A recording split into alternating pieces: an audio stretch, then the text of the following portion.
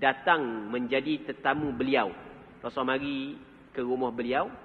Jadi apabila Rasul menjadi tetamu beliau, faqaddamat ilaihi ta'aman, maka beliau menyiapkan dan menyediakan makanan kepada Nabi sallallahu alaihi wasallam. Jadi apabila Rasul datang ke rumah, maka para sahabat memuliakan Rasulullah. Caranya antaranya adalah mereka menghidangkan makanan kepada Nabi sallallahu alaihi wasallam. Ni bukan pada bulan puasa ni. Ni bukan bulan puasa. Baik. Jadi apabila dia menghidang makanan kepada Rasulullah, faqala kuli. Rasul kata makan sekali lah. Jadi Rasulullah sallallahu alaihi wasallam Rasulullah memberi cadangan kepada Ummi Umarah supaya makan juga. Baik. Faqalat, maka kata Ummu Umarah, inni shaimah, aku puasa. Dia berpuasa. Dia berpuasa fardu, mungkin dia berpuasa sunat. Dia puasa fardu, maksud puasa fardu mungkin puasa qada dan mungkin puasa sunat biasa. Kita ada hukum. Kalau kita puasa selain daripada bulan Ramadan, kita puasa pada bulan-bulan lain, bila kita berpuasa, adakah boleh kita berbuka? Kata ulama, kena tengok. Puasa hak yang kita sedang berpuasa tu puasa dia. Kalau puasa sunat, hukum dia lain. Puasa qada, hukum dia lain. Kalau puasa qada, tidak boleh kita berbuka. Mesti kita akan meneruskan puasa kita. Berbeza kalau sekiranya puasa itu puasa sunat. Kalau puasa sunat, boleh kita berbuka. Walaupun yang lebih afdal adalah kita tidak berbuka. Hak tu hak yang lebih afdal. Cuma orang hak yang ingin berbuka ketika dia berpuasa sunat, hukum dia adalah dibolehkan. Nabi SAW pernah bersabda dalam sebuah hadis yang dikeluarkan oleh Imam Ahmad, Imam Tirmizi, kata Nabi SAW, as-saimul mutatawwi'u amiru nafsih, in syaa'a sham wa in syaa'a afṭar. Orang yang melakukan ibadat puasa sunat, dia adalah ketua kepada dirinya, dia adalah pemimpin kepada dirinya. Dia hak yang boleh mengarahkan diri dia kepada mana sahaja hak yang dia kehendaki. Kalau sekiranya dia kehendak untuk meneruskan ibadat puasa, maka boleh. Dan sekiranya dia hendak berbuka pun boleh. Jadi orang puasa sunat boleh berbuka. Berbeza dengan orang yang berpuasa fardu. Contoh dia qada, ataupun puasa bayar kafarah, ataupun puasa kerana kafarah nazar, ataupun puasa puasa kafarah sumpah, ataupun puasa nazar, maka hak tu dia tidak boleh berbuka. Jadi ketika dia menghidangkan makanan kepada Rasul ajak dia makan, dia kata dia puasa. Maka Rasul kata mana? Faqala Rasulullah sallallahu alaihi wasallam, inna as-saimah tusalli alaihi al-malaikatu idza ukila indahu hatta yafrughu. Orang puasa, para malaikat berselawat kepadanya. Maksud malaikat berselawat adalah malaikat berdoa kepada Allah untuknya. Malaikat berdoa kepada Allah untuknya. Malaikat meminta istighfar, meminta keampunan kepada Allah untuknya. Apabila ada orang makan di sampingnya sehingga orang makan saat itu selesai. Dalam hadis ini menyebut warubbama qala hatta yashba'u, sehingga orang makan tu kenyang. Ni kelebihan orang yang berpuasa, tiba-tiba ada tetamu datang ke rumah dia, ni puasa sunat lah. Lepas tu dia hidang makanan, lepas tu dia tetap berpuasa. Kata Nabi SAW, kelebihan dia, para malaikat akan berdoa kepada dia. Berselawat ni maksudnya berdoa. Doa pada malaikat adalah mustajab. Para malaikat berdoa, meminta ampun untuk dia, sehingga orang makan saat itu selesai. Ataupun sehingga orang makan saat itu kenyang. Ni kelebihan. Bagi orang yang menjamu orang makan sedangkan dia berpuasa. Tapi kita kena fahamlah, bukanlah wajib kita berpuasa ketika ada tetamu, sedangkan puasa itu adalah puasa sunat. Baik, ini kelebihan dia. Seterusnya, wa an Anas radhiyallahu anhu anna an-nabiy sallallahu alaihi wasallam jaa ila Sa'd bin Ubadah فجاء بخبز وزيت فأكل ثم قال النبي صلى الله عليه وسلم أفطر عندكم الصائمون وأكل طعامكم الأبرار وصلت عليكم الملائكة رواه أبو داود بإسناد صحيح. Daripada Sayyidina Anas bin Malik. Anas bin Malik adalah seorang sahabat Rasulullah. sallallahu alaihi wasallam.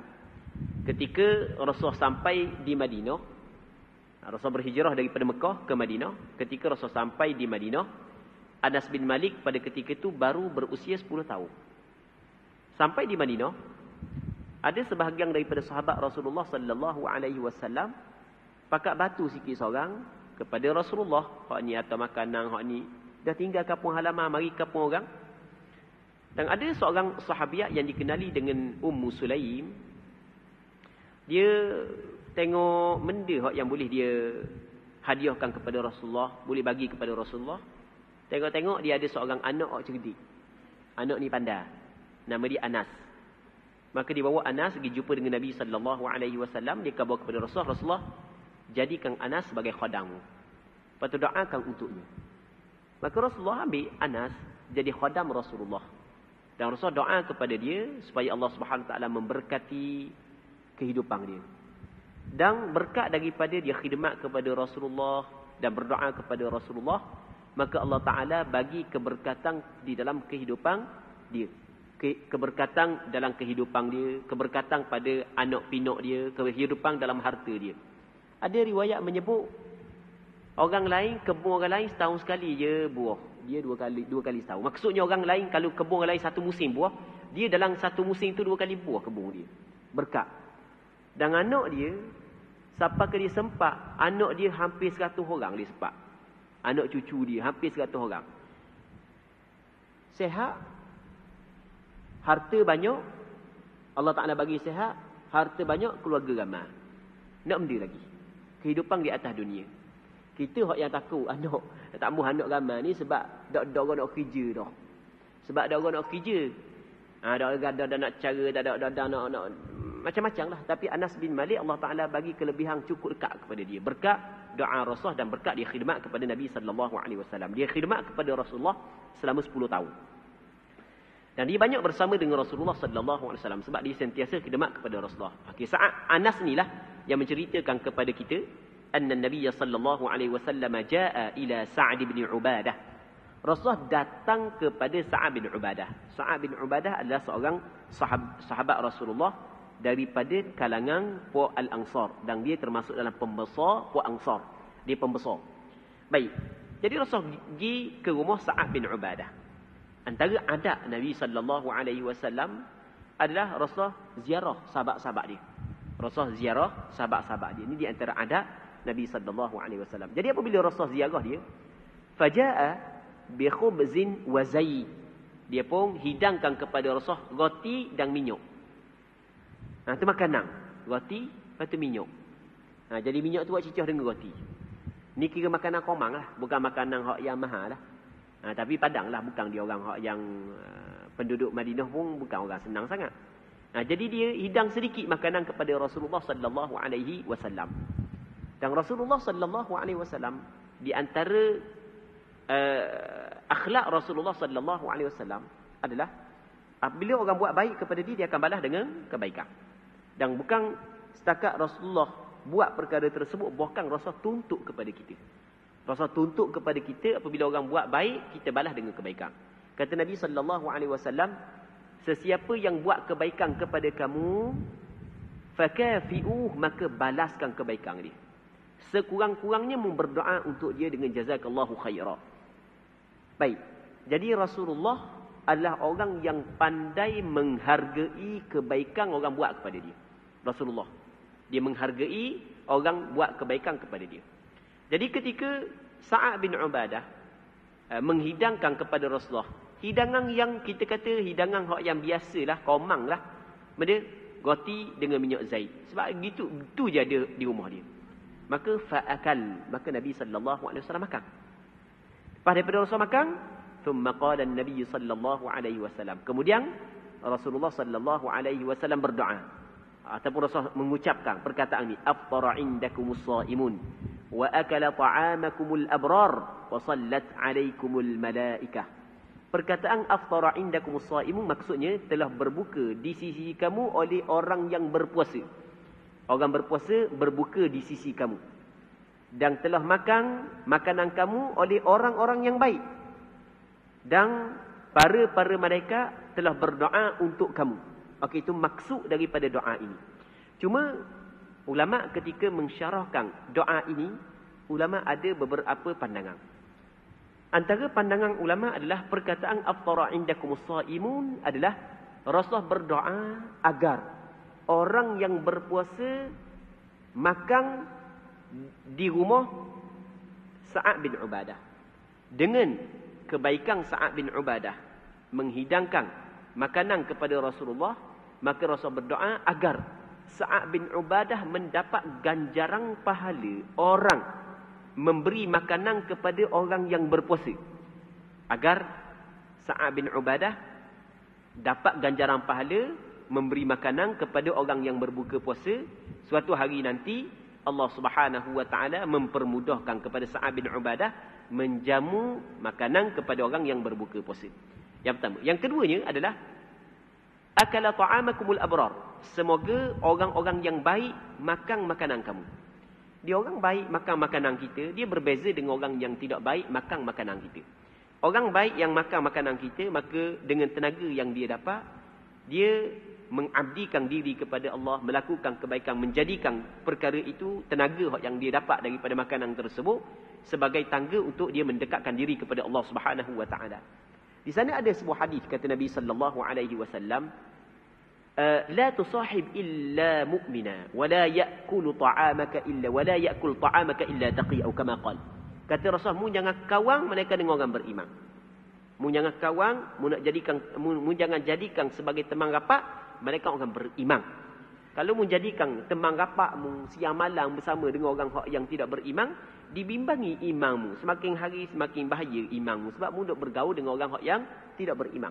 Rasul kata, mu jangan kawan mereka dengan orang beriman. Jangan makan makanan kamu melainkan orang yang bertakwa.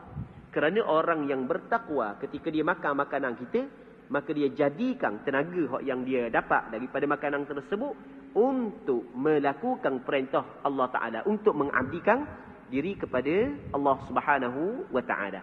Baik, jadi Rasul doa kepada dia, semoga Allah Subhanahu wa Ta'ala memberi ganjaran kepadamu, yang mana makananmu dimakan oleh orang-orang yang baik. Yang ketiganya, kata Rasulullah, dan semoga para malaikat berdoa kepadamu. Ini doa Nabi sallallahu alaihi wasallam untuk beliau. Maka ulama mengambil daripada hadis ini adalah apabila orang bagi makanan kepada kita. Apabila orang bagi makanan kepada kita, contoh pada bulan Ramadan ada jiran tetangga atau makanan kepada kita, ada keluarga kita bagi makanan kepada kita, ataupun ada jiran tetangga ajak kita buka puasa, masjid ajak kita buka puasa, maka comel kita baca doa ni, sunat kita baca doa ni. Baca doa kata, aftara indakumus shaimun wa akala ta'amakumul abrar wa sallat alaikumul malaikah. Kita baca doa ni. Kalau kita baca doa ni dengan qasad untuk mengikut Nabi sallallahu alaihi wasallam baca doa ni, dapat pula ganjaran mengikut sunnah. Dapat ganjaran mengikut sunnah. Berdoa kepada orang buat baik kepada kita dapat pahala dosa. Yang keduanya, kita baca doa sebagaimana yang Rasul ajar, dapat pula pahala sunnah. Cuma doa ni kalau kita nak baca, mesti kena hafal daripada sekarang lah. Nak agak duduk dalam kitab, sampai masa orang bagi makan, nak ingat nak cari mana. Jadi nak kena buka buku dulu, lambat pula. Jadi kena hafal lah. Doa ni, pendek je doa ni.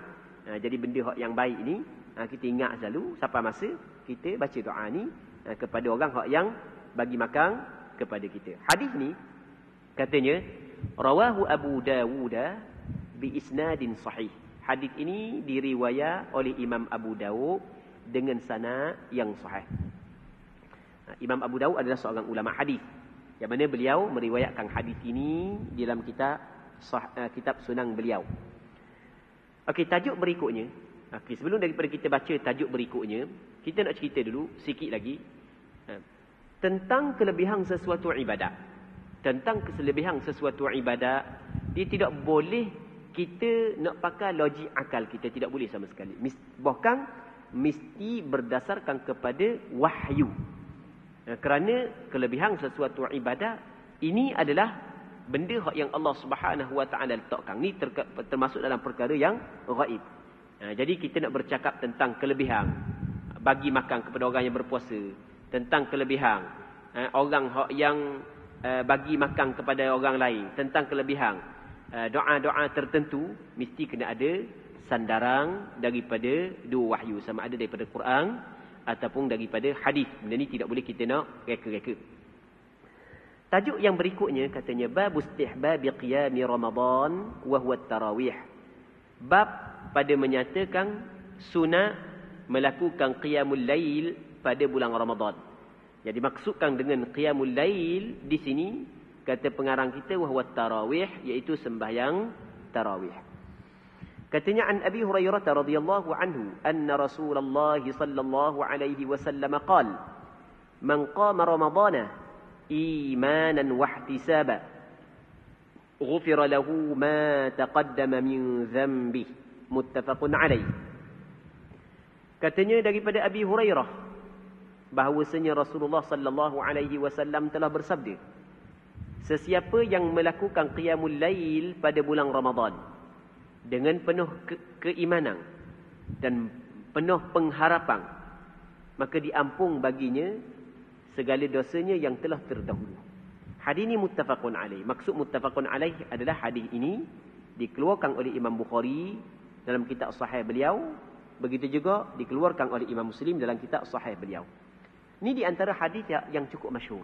Hadis yang cukup masyhur, yang biasanya sebelum daripada Ramadan kita akan dengar dalam di corong-corong kuliah di masjid ke, di surau ke, dalam radio ke, dalam TV ke, para ustaz baca hadis ini. Sesiapa yang melakukan qiyam pada bulan Ramadan dengan penuh keimanan dan penuh pengharapan, maka diampun segala dosanya. Baik. Maksud qiyam bulan Ramadan, maksud qiyam pada bulan Ramadan, maksud qiyam pada bulan Ramadan adalah kita melakukan sembahyang qiyamul lail. Sembahyang qiyamul lail. Antara sembahyang qiyamul lail adalah sembahyang tarawih. Sama ada 20 rakaat, hak tu hak yang asal menurut pandangan yang disepakati oleh 4 mazhab, melainkan mazhab Maliki mengatakan 36 rakaat, mazhab Syafi'i 20 rakaat, mazhab Hanbali 20 rakaat, mazhab Hanafi 20 rakaat, mazhab Maliki 36 rakaat. Cuma mengikut pandangan mazhab Syafi'i, 20 rakaat adalah sebanyak-banyak bilangannya, manakala sekurang-kurang bilangannya adalah 2 rakaat sebagaimana disebut dalam sebahagian kitab, antaranya kitab At-Taqdirat As-Sadidah. Baik, jadi sebanyak-banyak adalah 20 rakaat. Itu termasuk dalam qiyamul lail. Yang mana dia melakukan qiyamul lail dengan penuh keimanan. Maksud penuh keimanan dengan penuh kepercayaan. Maksud dia kepercayaan, dia percaya tentang ganjaran pahala yang Allah Ta'ala bagi kepada orang yang melakukan qiyamul lail. Dan penuh pengharapan. Maksud dia penuh pengharapan, dia mengharapkan ganjaran tersebut daripada Allah Ta'ala, bukan daripada manusia. Maka ganjaran hak yang didapat daripada ibadat tersebut adalah Allah Subhanahu Wa Ta'ala mengampun segala dosanya. Tapi dosa hak yang diampun oleh Allah dengan sebab qiyamul lail ini adalah dosa kecil. Ini adalah pandangan sebagaimana pandangan majoriti ulama. Okey, katanya qauluhu imanan ay tasdiqan bi thawabih. Perkataan Rasulullah iman penuh dengan keimanan, maksudnya adalah dia membenarkan, dia mengiyakan, dia percaya tentang ganjaran pahala yang Allah Ta'ala bagi kepada pelaku ataupun orang yang mengerjakan sembahyang qiyamul lail. Ihtisaban maksudnya ay ibtigha' mardatillah, dia mencari keredaan Allah. Kadang-kadang ada orang hak yang sembahyang qiyamul lail, sembahyang tarawih di masjid di surga, bukan kerana Allah Subhanahu Wa Ta'ala, tapi kerana awak. Masuk orang pakai gigi, kita gigi atas.